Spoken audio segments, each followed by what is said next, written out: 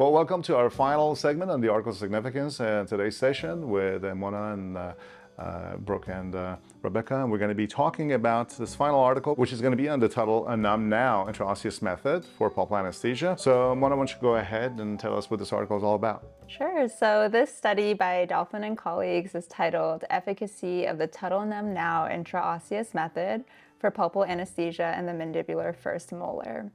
The TuttlenumbNow, or we'll call it TNN for short, is described as a way to administer an intraosseous injection without having to use a perforating drill, which minimizes the need for an IAM block. The purpose of the study was to evaluate the anesthetic efficacy of the TNN technique compared with buccal infiltration for pulpal anesthesia and mandibular first molars. So 104 healthy subjects were randomly assigned to two treatment groups separated by 2 weeks. One set of injections consisted of buccal infiltration with 1.8 mLs of 4% articaine with epinephrine, followed by a mock TNN injection, while the other set consisted of a mock buccal infiltration, followed by a TNN injection. The results of this study essentially found that the TNN technique may not be able to deliver anesthetic to the cancellous bone, which resulted in an anesthetic success rate of 49%, which was not statistically different from the 42% success rate that was seen with buccal infiltration. I see in the study that the patient population includes healthy adult volunteers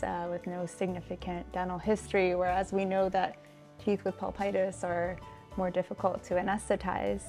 Given this, do you feel that this study is limited in its external validity when we think about the use of these techniques in the real-world setting? Yes, in short.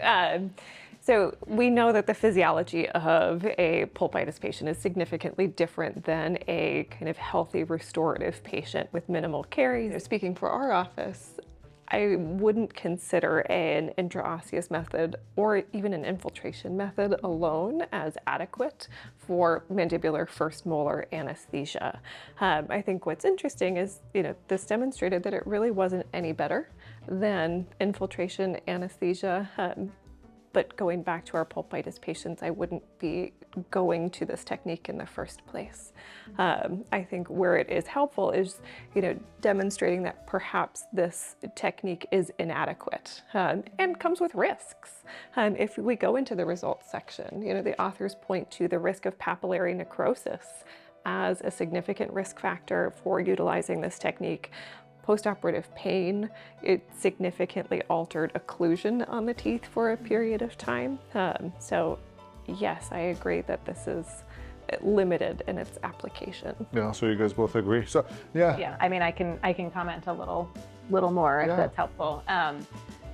Essentially to Rebecca's point, when we're using intraosseous anesthesia in our practice, it would be under the situation where we've already done block anesthesia. We've already done local infiltration with articaine because we know that these are minimally invasive techniques that are really effective to provide pulpal anesthesia for our populations, which we're endodontists. So we're treating people that need root canals. So presumably there is going to be some degree of inflammation. These are not healthy pulps in healthy individuals.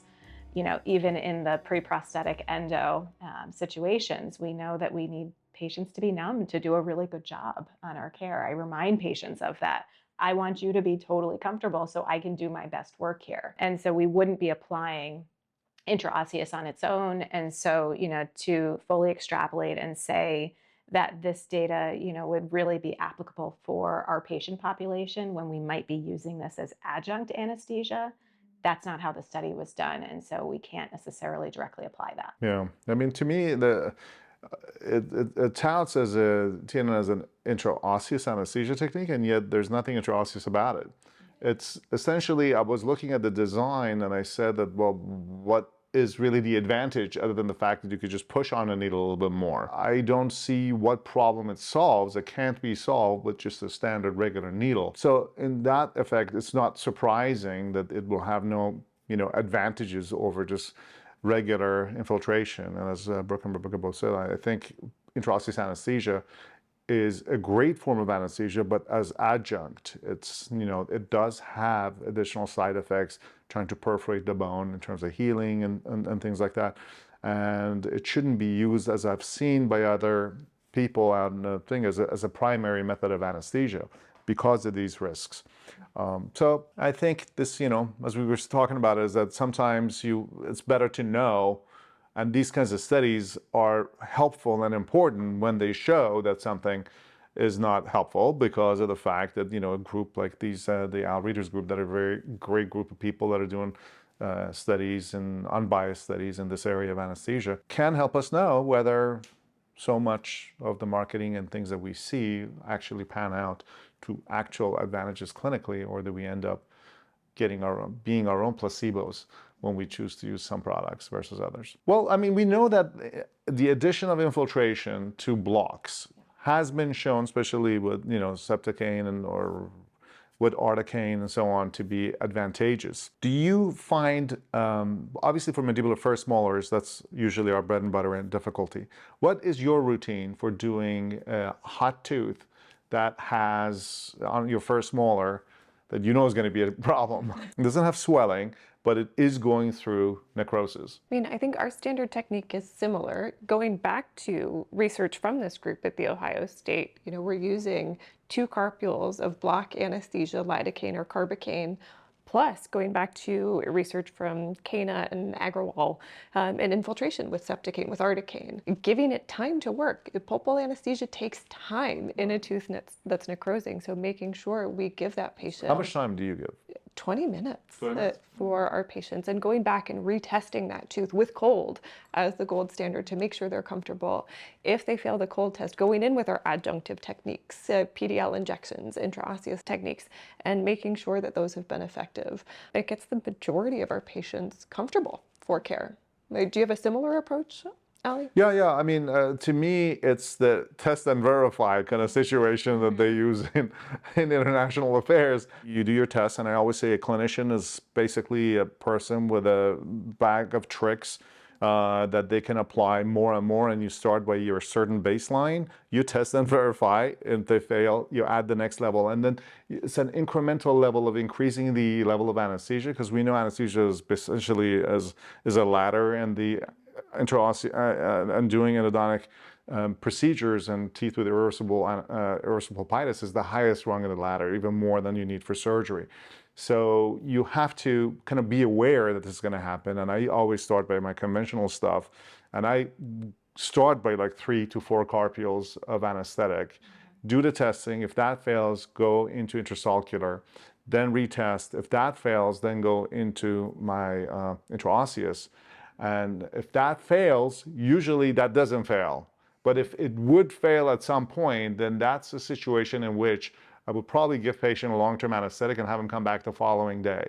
You never want to work on a patient that has discomfort, especially in irreversible pulpitis, because that there's a window of time, and then things are going to be comfortable, soon as the pulp dies.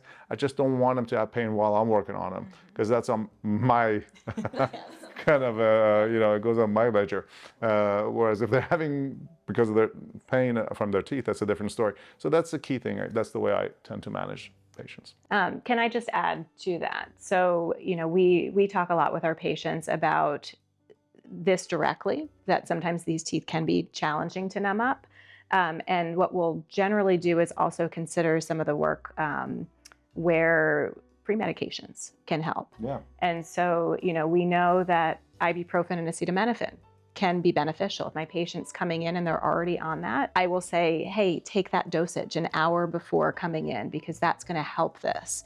I'm then able to have the conversation like this might be a challenging tooth to numb up. So then if we run into a situation where we need that patient to come back the next day because, we've sort of run out of time, or we've run out of the ability to give more anesthetic safely, we know that we've preempted that. And we know that things like dexamethasone might even work a little bit better.